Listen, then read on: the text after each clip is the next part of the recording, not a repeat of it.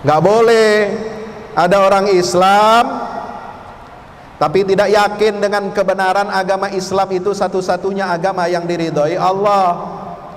Nggak boleh ada orang Islam tapi membenarkan keyakinan agama di luar Islam. Orang Islam harus yakin, harus fanatik dengan kebenaran agamanya satu-satunya yang benar di sisi Allah. Kalau ada orang yang membenarkan agama selain Islam atau di luar Islam, kata para ulama termasuk Buya Hamka, berarti dia telah murtad dari agamanya. Kalau ada orang yang ngomong orang Islam jangan sok paling benar, jangan merasa paling benar, semua agama benar, jangan fanatik kepada agamanya. Nah, ini kira-kira orang ini apa? Soleh apa salah? Salah. Orang Islam harus yakin dengan kebenaran agamanya. Inna dina indallahil Islam. Lalu syahidallahu annahu la ilaha illahu wal malaikatu wa ulul ilmi qaiman bil qist. Allah itu tidak ada duanya di dalam zatnya, tidak beranak, tidak diperanakkan.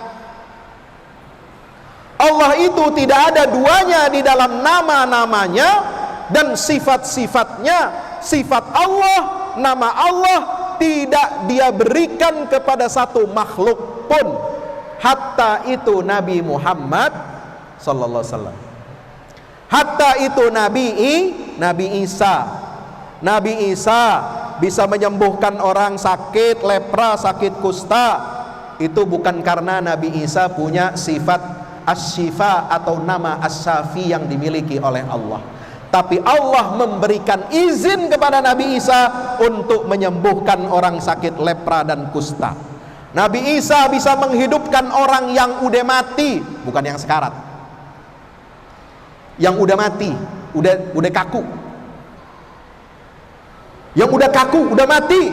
Nabi Isa bisa hidupkan itu bukan karena Nabi Isa punya di dalam dirinya, di dalam zatnya sifat Allah Al-Hayah dan Al-Ihya yang hidup dan menghidupkan, tetapi karena Allah pada kesempatan itu dia memberikan izin.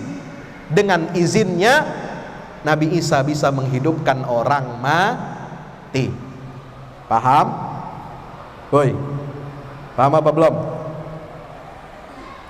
Jadi nggak ada Nabi Isa itu punya zat yang sama dengan Allah, punya sifat di dalam dirinya, sifat kehidupan dan menghidupkan dari Allah. Nggak ada, karena Al-Quran mengatakan uhyil mauta biiznillah wa ubri'ul akmaha wal abrasa biiznillah wa akhluqu lakum minat tini kahayati tayri fa anfukhu fihi fayakunu tayran biiznillah. Semua terjadi karena izinnya Allah, bukan karena ada zat Allah di dalam diri Nabi Isa, bukan karena ada sifat Allah di dalam diri Nabi Isa.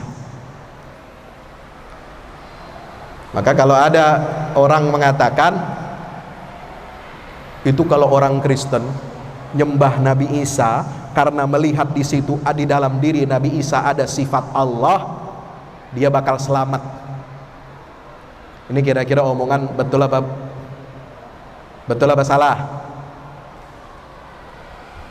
Salah, Pak. Orang Nasrani baru selamat imannya, akidahnya kalau dia bersyahadat, kalau dia hidup setelah diutusnya Nabi kita Muhammad SAW, maka dia kalau mau selamat di dunia dan di akhirat, dia mesti bersyahadat kepada Nabi kita Muhammad. Nabi SAW bersabda, walladzi nafsu Muhammadin biyadihi la yasma'u bi ahadun min hadhil ummah yahudiyyun wala nasraniyyun thumma lam yu'min billadzi ursiltu bihi illa kana min ashabin nar. Demi Allah yang nyawa Muhammad ada di genggamannya, tidaklah mendengar satu orang dari umatku, umat dakwah, baik itu orang Nasrani atau Yahudi, dia mendengar aku ini datang membawa risalah, tapi dia kemudian tidak mau beriman kepada risalah yang aku bawa, maka dia termasuk golongan ahli neraka. Nggak ada Nabi mengatakan orang Kristen masuk surga selamat gara-gara ngeliat Nabi Isa di dalam dirinya ada sifat Allah. Apakah itu sebelum bi'tsahnya Nabi atau setelah diutusnya Nabi kita Muhammad sallallahu alaihi wasallam?